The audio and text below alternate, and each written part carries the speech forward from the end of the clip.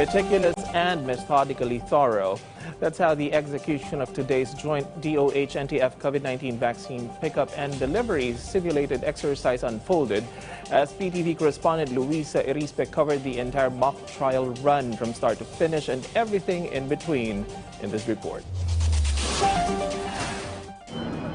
The simulation exercise undertaken by the Interagency Task Force today for the arrival of the COVID-19 vaccines was a success. From the arrival of the Airbus or the Philippine Airlines flight carrying the supposed 117,000 doses of Pfizer vaccine,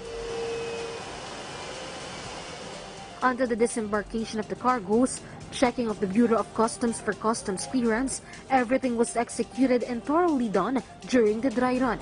To assure the vaccine safety, forklifts were used in transferring.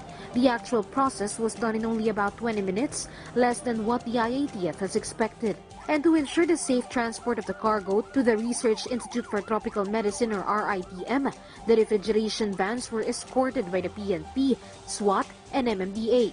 The vans used the expressway and the travel time was only 20 minutes, just enough to sustain the stability of the vaccines. Upon its arrival at the RITM, the vaccines underwent unloading, receiving, and inspection by the Inspection and Acceptance Committee. And once the committee determined the stability of the vaccines, some of these were put into the storage vans and prepared for the distribution to hospitals, city health department, and other health facilities. On the third part of the simulation, which was the distribution, the vaccines arrived at the Philippine General Hospital. The hospital staff carefully placed the storage boxes to a push cart, walked it along the hallway, and went straight to the pharmacy area of the PGH, wherein it was carefully inspected one by one by the Acceptance Committee to ensure that the vaccines are safe, the temperature are well maintained, and is still efficient. But in the middle of the arrival of the vaccines in the hospital, a group of men hired by the World Health Organization acted as civilians, demanding to be vaccinated.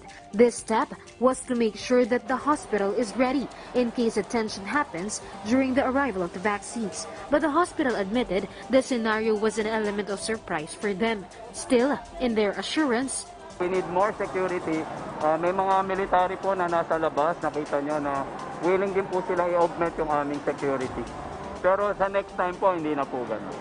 All in all, the process was continuous and the vaccines were held with care during the simulation exercise. But the IATF and other officials of the government said they will still review the assessment on the dry run to make sure that there will be no mistakes made during the actual arrival of the COVID-19 vaccines this month.